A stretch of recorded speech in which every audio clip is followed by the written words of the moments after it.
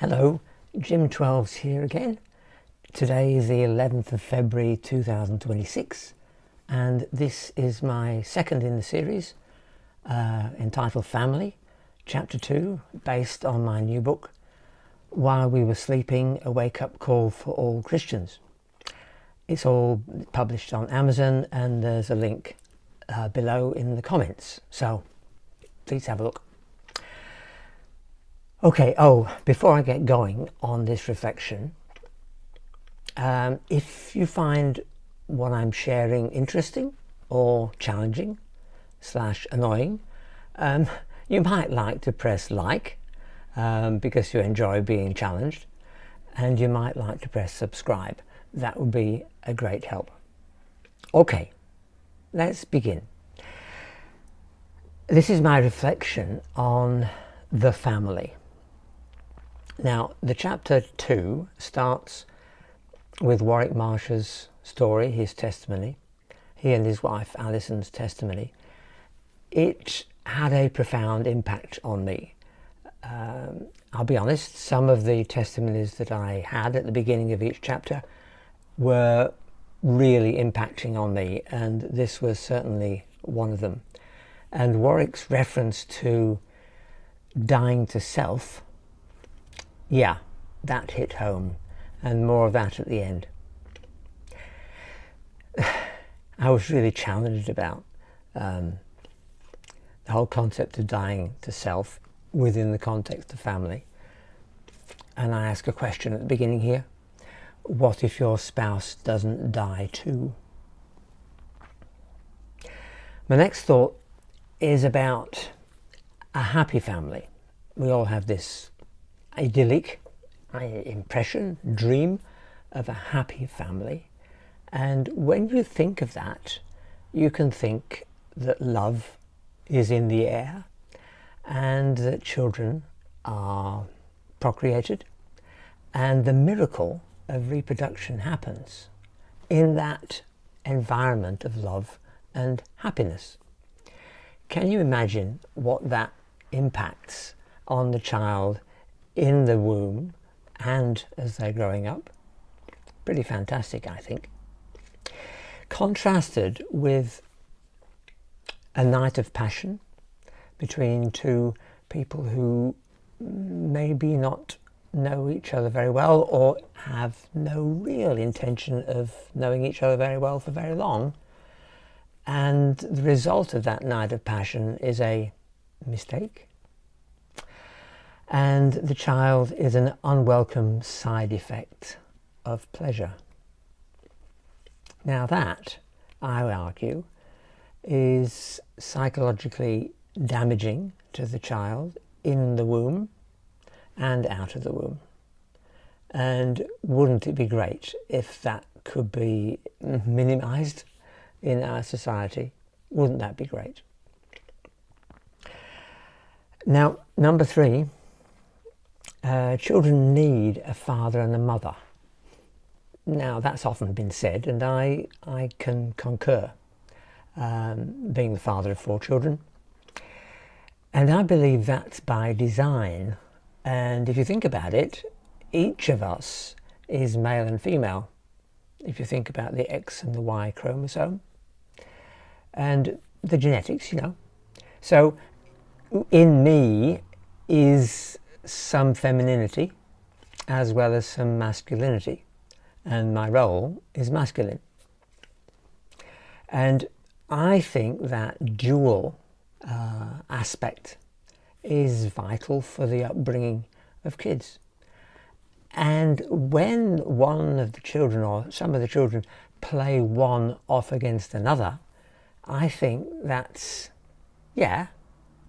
pretty hard to manage at times, but it's actually a reflection of the fact that the child is making their way and working out where boundaries are, which, if there's only one parent, they don't have that training ground.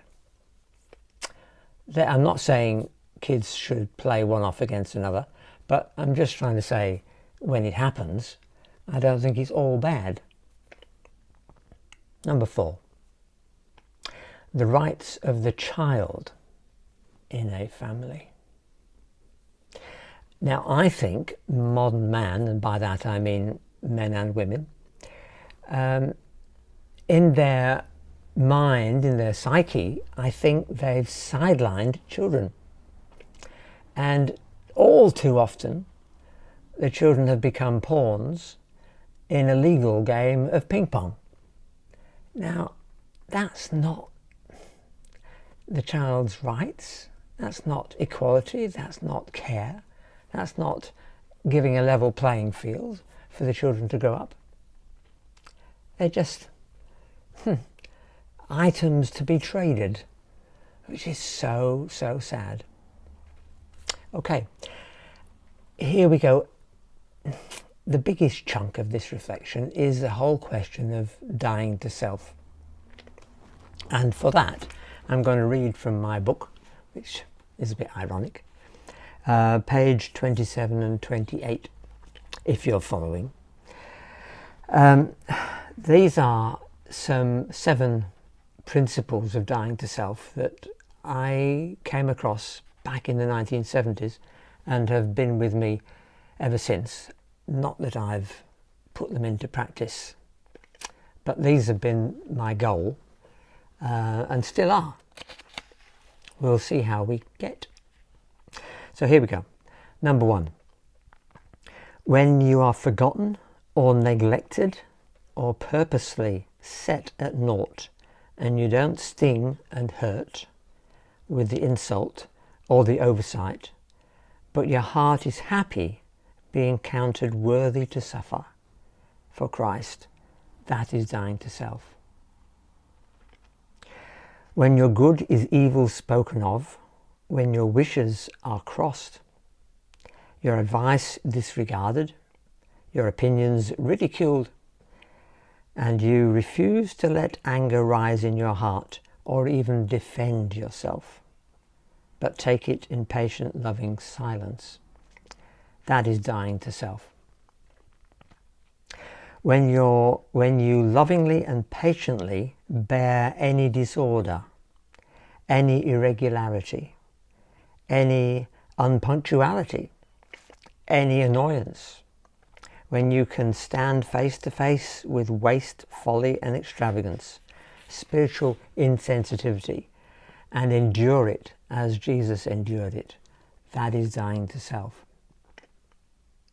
When you're content with any food, any offering, any raiment, any climate, any society, any solitude, and interruption by the will of God, that is dying to self. That one hurts.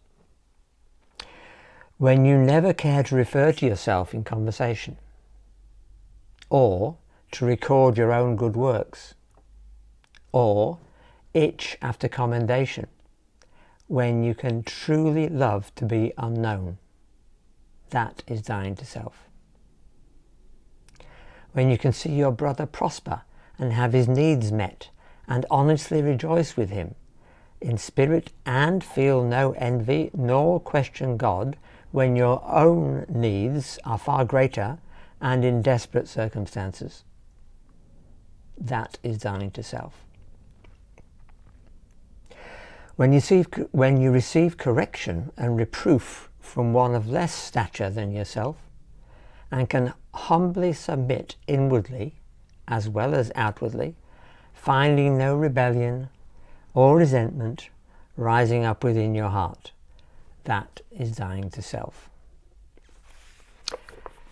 Pretty confronting stuff, eh? It is.